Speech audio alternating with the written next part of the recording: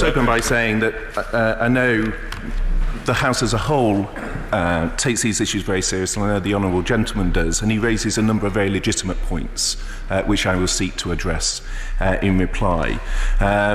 But first and foremost of that was his concern in terms of any hard border between Northern Ireland and Ireland. And I'm very happy to give him assurances on that respect. That is a key part of what the government has agreed.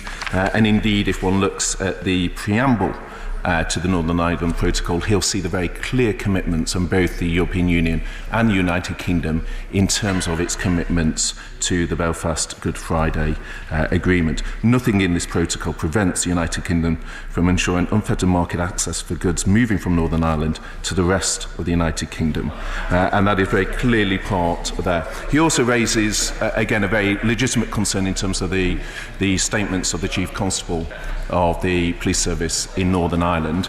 And indeed, that is something the government takes incredibly seriously. The Secretary of State for Northern Ireland liaises very closely with the Chief Constable and other senior officers.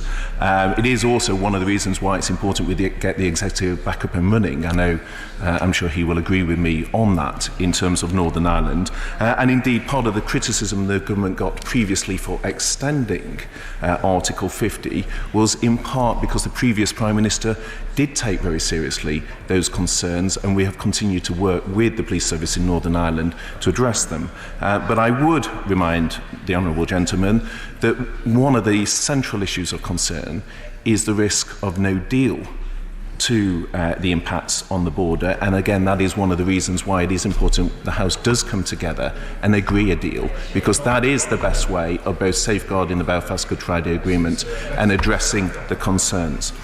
He also